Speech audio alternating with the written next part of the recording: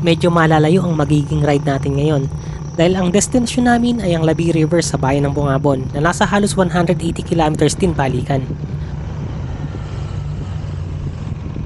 Mula sa San Miguel, Bulacan ay dadaanan natin ang ilan sa mga bayan ng Nueva Ecija. Ito yung mga bayan ng Gapan, San Leonardo, Santa Rosa, Cabanatuan, Palayan City at ang bayan ng Bungabon.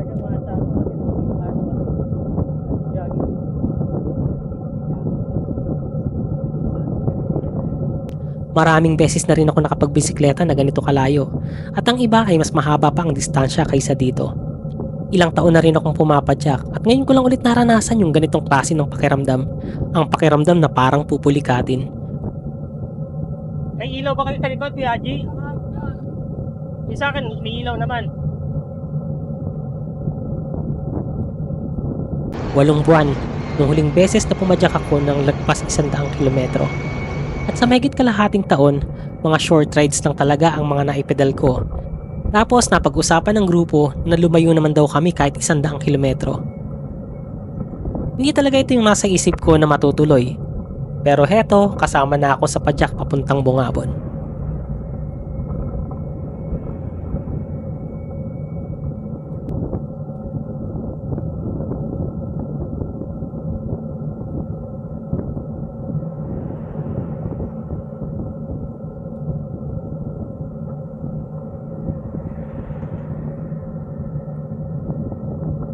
May sirat.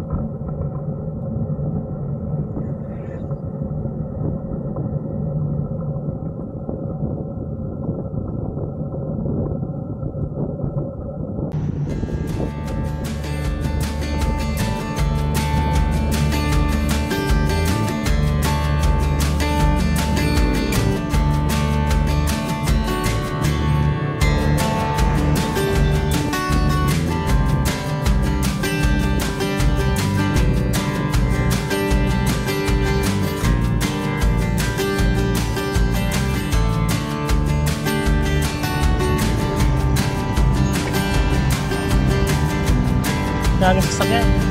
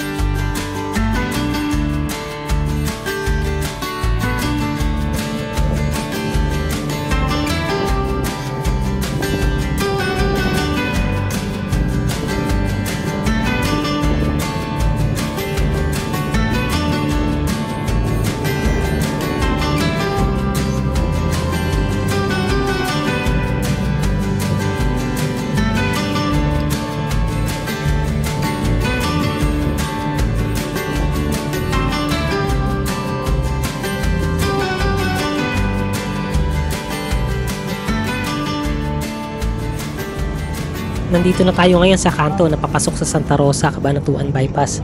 Lagpas 30 kilometers na din ang napedal namin mula sa San Miguel at every time na magagawi kami sa mga bayan na lagpas ng Cabanatuan ay dito talaga kami nagre-regroup ng mga kasama ko. Meron ditong CR, convenience store at kainan sa mga gustong mag-almusal o magkape.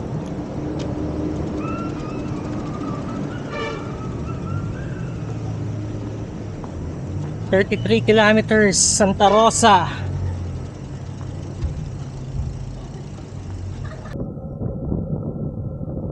$5.29. Ano kami ngayon sa Santa Rosa bypass?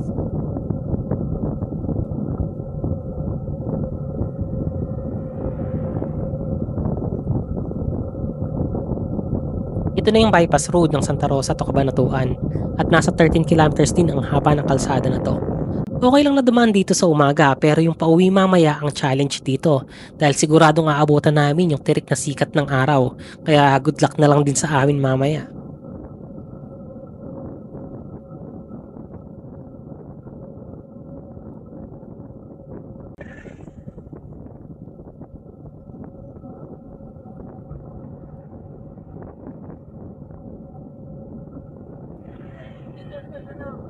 May over pala talaga dito, no?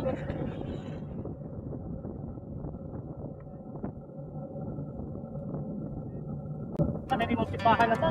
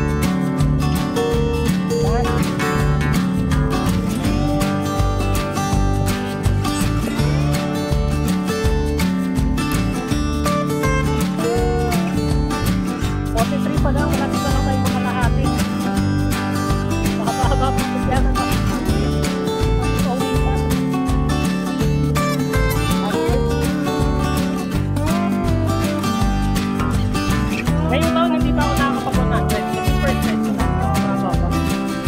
Hindi ako nakapag-100 kilometer yung taon.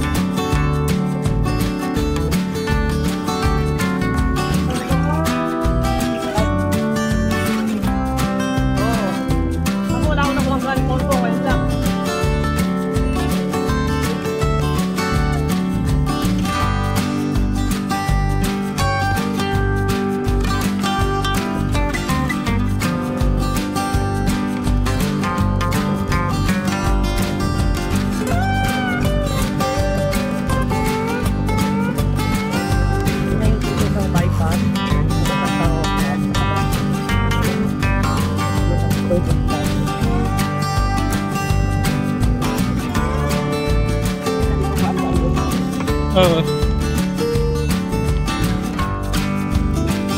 Tagal lang ginagawa nito, no? Kami din. Parang ilang taon na to? Apat na taon? Kasi nung mga first year ko pa lang ng pagbibisikleta dito sa Pantabangan, ginagawa na to eh.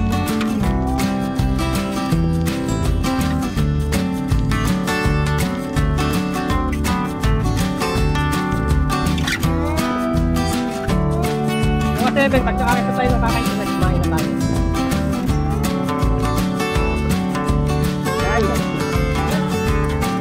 Kalayan, di tayo na ng kalayan. Ay, oo, basta pala.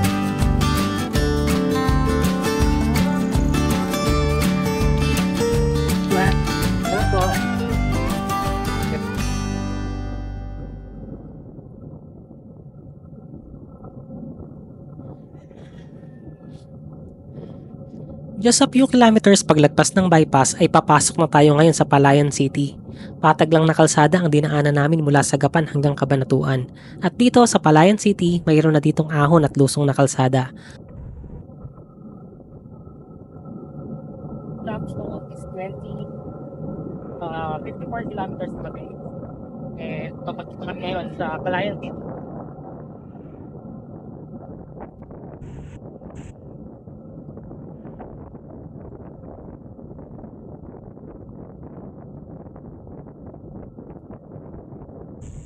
Wait, dapat to. Okay, bahala ka. Mahon, makapagpayan.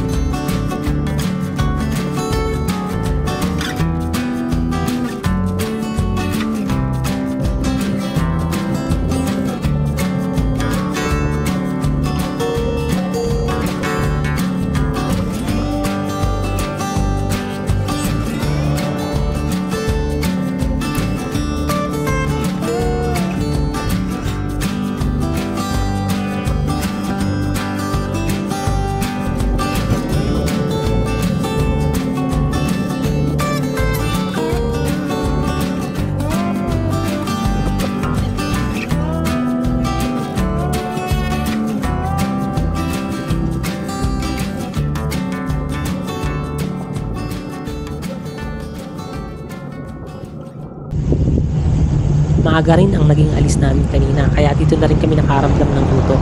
Kaya dito na kami nag-almusal sa tapat ng bagong Kapitolyo.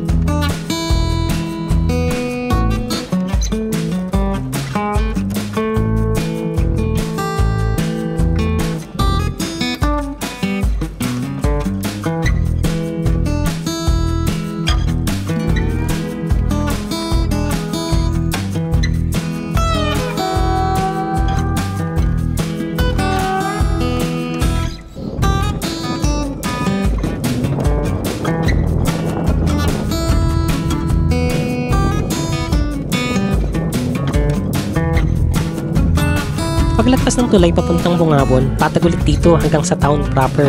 Then paglagpas ng town proper, hindi lang gaanong ramdam, pero meron ng gradual assault dito papasok sa mga kabundukan ng Sierra Madre.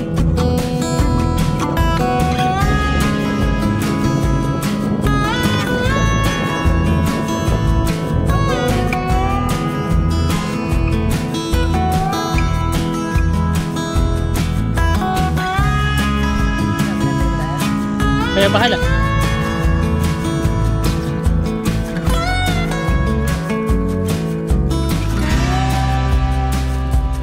Ayan.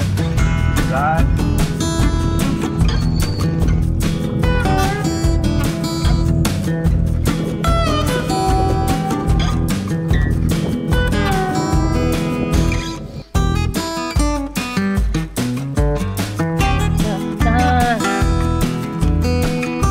Parang na akong pupulikati.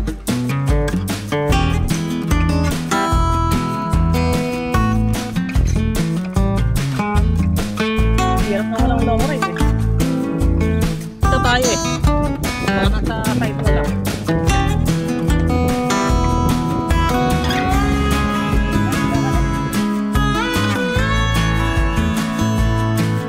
Yung Tori na yun, nandun yung ano, di ba, Pilya? Yung sa Tori ng parang ano, signal. Ayun no? Yung sa gitna ng bundok. Oo. Nandun yung Pilya, sa paanan lang nun ng konti. Oo, katapat nga. Kasi pag nanonood ako ng vlog, ang sabi sa Pilya, yung ano, yung tulay dun sa malaki, di ba yung pasok. Oo, bababa pa ng konti, no? Oo. Parang arko lang yung isa. Siguro, mahalak yun. Hindi ka tanong lang.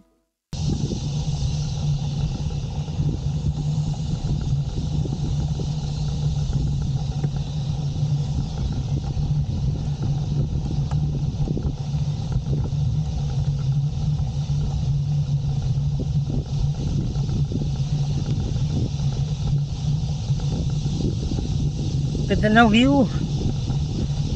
Puliglig na lang naririnig. So mga 5 to 6 kilometers na lang makakarating na kami sa tulay. Nasa 80 kilometers na din ang natatakbo namin at dito sa Bungabon, sa paanan ng mga bundok, naramdaman ko na parang pupulikatin. Kaya naging chill na lang din talaga ang takbuhan namin. Isa pa, nandito na din yung medyo mahabang gradual assault na nasa 4 to 7 ang gradient. Mabagal na din talaga ang naging takbuhan namin dito. Nandyan yung isang Isla Bungabon ah.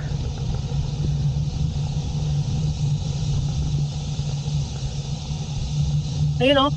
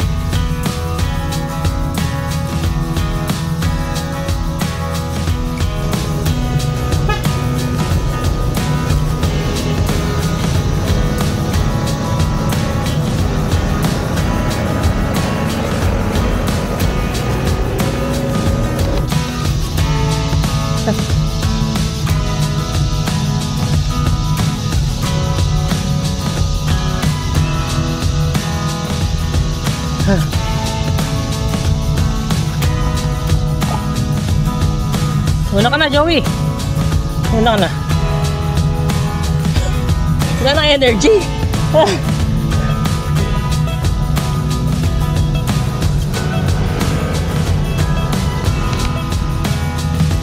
Sige, kaya ate, mauna ka. Sige lang ako. Tapos nantayin niyo lang ako sa baba. May kayo.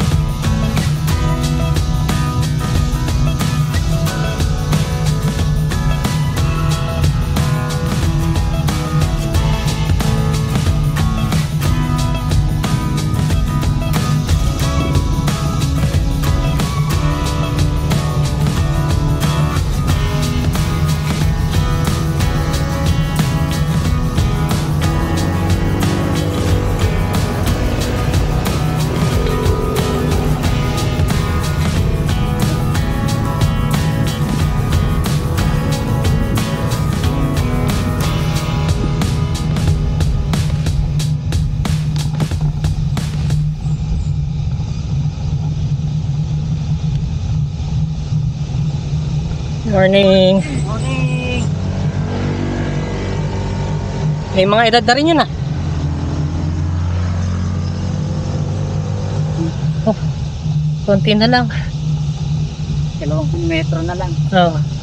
Ah, Diyos ko. Ah.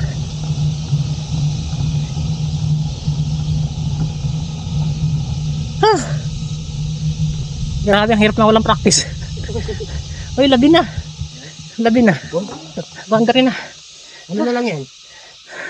2 kilometers ah. O, to. Puro lusong. Oh. Hanggang tulay na. Pinupulikat na ako.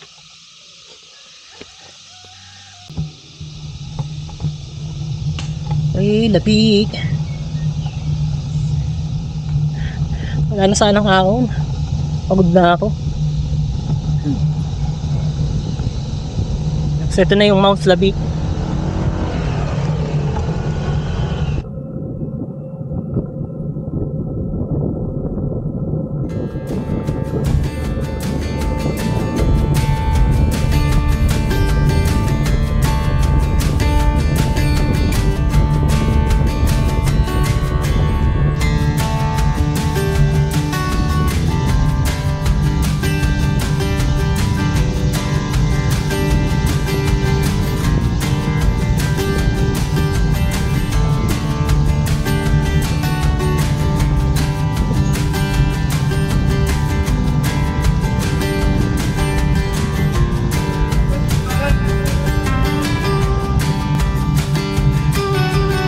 Nagka-grade pa siya ng 5.9. Akala ko puro pababa na. Yung huling lusong. Ayan, nagkakulay na yun. And 6.7. Ganda ng view. Yun, nasi na.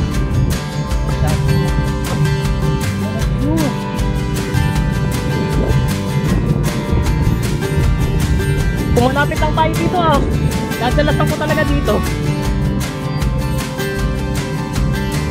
Kaya nga eh.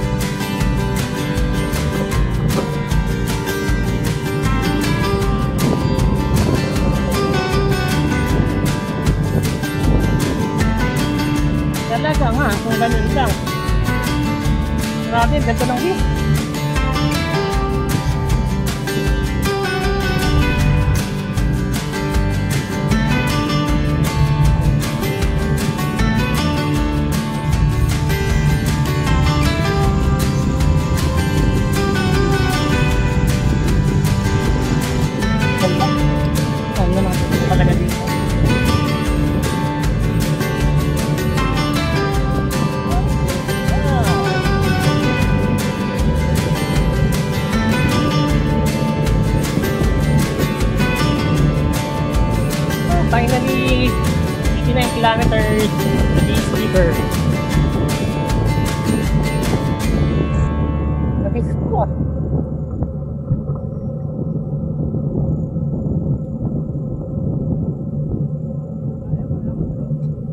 Wala, di ko rin nadali.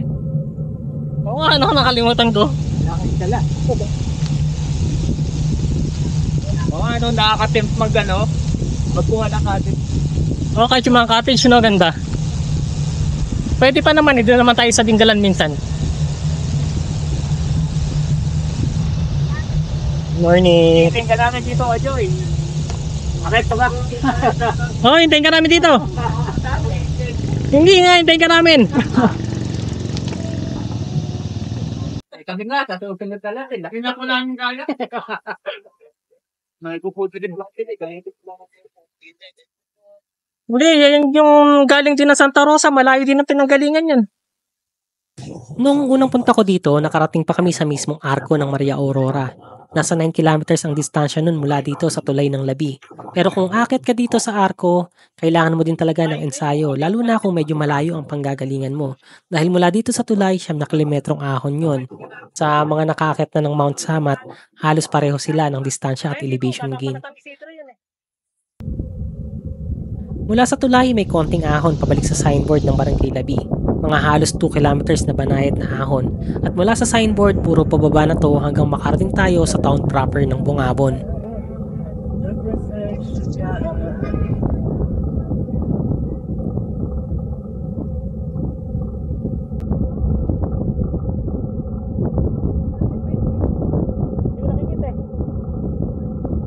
Marami na rin akong napuntahan sa Nueva Ecija gamit ang aking bisikleta. At maliban sa mga padya ko sa Dinggalan at Pantabangan, itong Labi River ang isa sa mga paborito kong biking destinations dito sa probinsya ng Nueva Ecija. Isa din to sa mga isinama ko sa aking bucket list nung nagsisimula pa lang ako sa pagbibisikleta.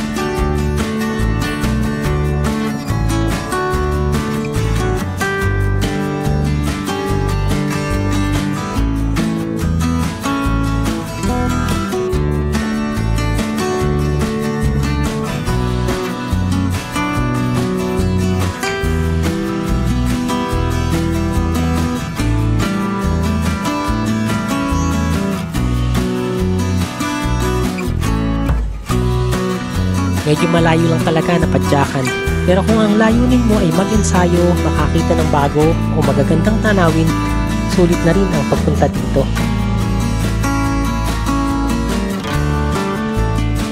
Hanggang sa muli pong padyak, ako po si Mon. Maraming salamat.